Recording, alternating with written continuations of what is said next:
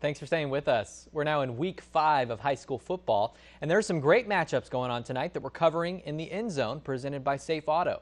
Here's host Bill Shanks with a preview.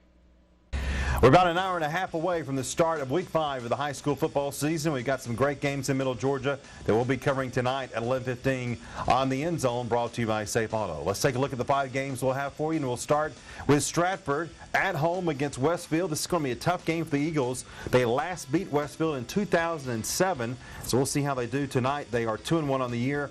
The Hornets are 4-0 after their big 38-0 win over Southwest Georgia Academy last week. Also, Mount DeSales at home. They've lost 4 in a row. They'll try to snap that against Valwood. The Valiants from Valdosta are 4-0. They've got a lot of offense, 40 points per game, and they've allowed only 30 points all season.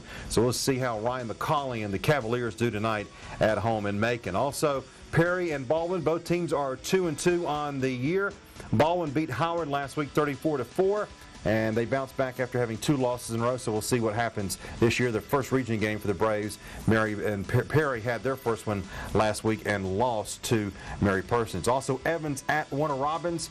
Both teams are 2-1. Warner Robins the big favorite here. And our game of the week, Lincoln County at FPD. The Vikings are 2-1, but this is a tough opponent here.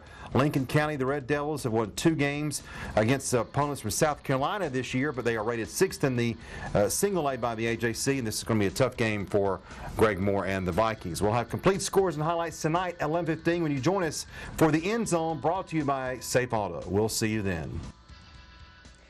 It's going to be a fun night of football, and if you're out and about at any of tonight's games, you can let us know the score. Just call 745-7641, or you can tweet us. Our handle is @41NBC. You can also post on our Facebook page. That's facebook.com/41NBC.